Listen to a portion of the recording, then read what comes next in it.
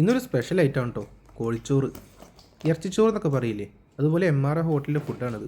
അവിടുത്തെ ഒരു സ്പെഷ്യൽ ഐറ്റമാണ് കോഴിച്ചോറ്. ഇത് ഫ്രീ കിട്ടിയാണ്. തലാബാത്ത് എന്ന് പറഞ്ഞൊരു ആപ്പ് ഉണ്ട് ഇവിടെ, ഫുഡ് ആപ്പാണ്. അപ്പോൾ അതിൽ വൗച്ചർ കിട്ടിയാണ്. അപ്പോൾ 2 കോഴിച്ചോറ് വാങ്ങി. ഏകദേശം ഒരു 18 റിയാലാണ് ഇവിടുത്തെ വില. നാട്ടിൽ ഏകദേശം ഒരു 400 രൂപ വരും.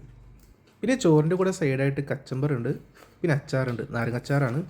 പിന്നെ അതുപോലെ സാലഡായിട്ട് കാബേജാണ്, പിന്നെ ചെറിയ ടൊമാറ്റോ ഉണ്ട്. ഇനി കഴിച്ചു തുടങ്ങിയാലോ? ആദ്യം ആ ചിക്കൻ്റെ പീസൊന്ന് മാറ്റി വെക്കാം കേട്ടോ. അത്യാവശ്യം വലുപ്പമുള്ള പീസാണ്. അതുപോലെ തന്നെ നല്ല ചൂടുണ്ട്. ഫ്രഷായിട്ട് അവർ ഫ്രൈ ചെയ്തിട്ടുള്ളതാണ്. നല്ല അടിപൊളിയായിട്ട് അവർ പാക്ക് ചെയ്തിട്ടുണ്ട്. വാഴയിലൊക്കെ വെച്ചിട്ട് അതിൻ്റെ മേലെയാണ് ചോറ് ഇട്ടിട്ടുള്ളത്. ഇനി കുറച്ച് ചോറ് മാത്രമായിട്ടൊന്ന് കഴിച്ചു നോക്കാം കേട്ടോ.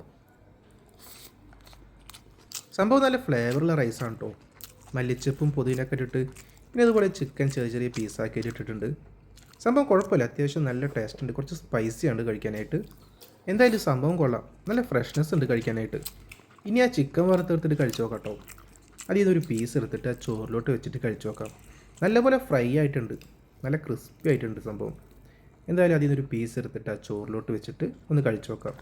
ജീരകശാലയുടെ റൈസാണ്. കുറച്ച് ഫ്രൈ ചെയ്ത പോലെ തോന്നുന്നുണ്ട് കഴിക്കുമ്പോൾ. അത്രയും സോഫ്റ്റ് അല്ല, കുറച്ച് ഫ്രൈഡ് ആയിട്ടുള്ള ടൈപ്പാണ്. ഇനി ആ ചിക്കൻ്റെ പീസും കൂടി ആ ചോറിലോട്ട് വെച്ചിട്ട് കഴിച്ചു നോക്കാം. സംഭവം അത്യാവശ്യം ടേസ്റ്റ് ഉണ്ട്, നല്ലപോലെ ക്രിസ്പിയാണ് കഴിക്കാനായിട്ട്. പിന്നെ മസാല ഒരു ആവറേജ് ആണ്, പ്രത്യേകിച്ച് വേറെ ഫ്ലേവറൊന്നുമില്ല. സിമ്പിളായിട്ട് ഫ്രൈ ചെയ്തിട്ടുള്ളതാണ്. എങ്കിലും കുഴപ്പമില്ല, റൈസിൻ്റെ കൂടെ കഴിക്കാനായിട്ട് അത്യാവശ്യം ടേസ്റ്റ് ഉണ്ട്. ഇനി ആ കച്ചമ്പറും അച്ചാറും ചോറിലോട്ട് ഒഴിച്ചിട്ട് നല്ലപോലെ കുഴച്ചിട്ട് ആ ചിക്കൻ വറുത്തിന്ന് ഒരു പീസും കൂട്ടിയിട്ട് ഒന്ന് കഴിച്ചു നോക്കാം. എന്തായാലും ഫുഡ് ഫ്രീ കിട്ടിയത് കൊണ്ട് നമുക്ക് വറുത്താണെന്ന് തീർച്ചയായും പറയാം. അത്യാവശ്യം ക്വാണ്ടിറ്റി ഉണ്ട്. ചിക്കൻ ആണെങ്കിൽ അത്യാവശ്യം നല്ല വലിയ പീസാണ്. പിന്നെ അതുപോലെ റൈസ് ആണെങ്കിലും അത്യാവശ്യം കുഴപ്പമില്ല, ക്വാണ്ടിറ്റി ഉണ്ട്, ടേസ്റ്റും ഉണ്ട്.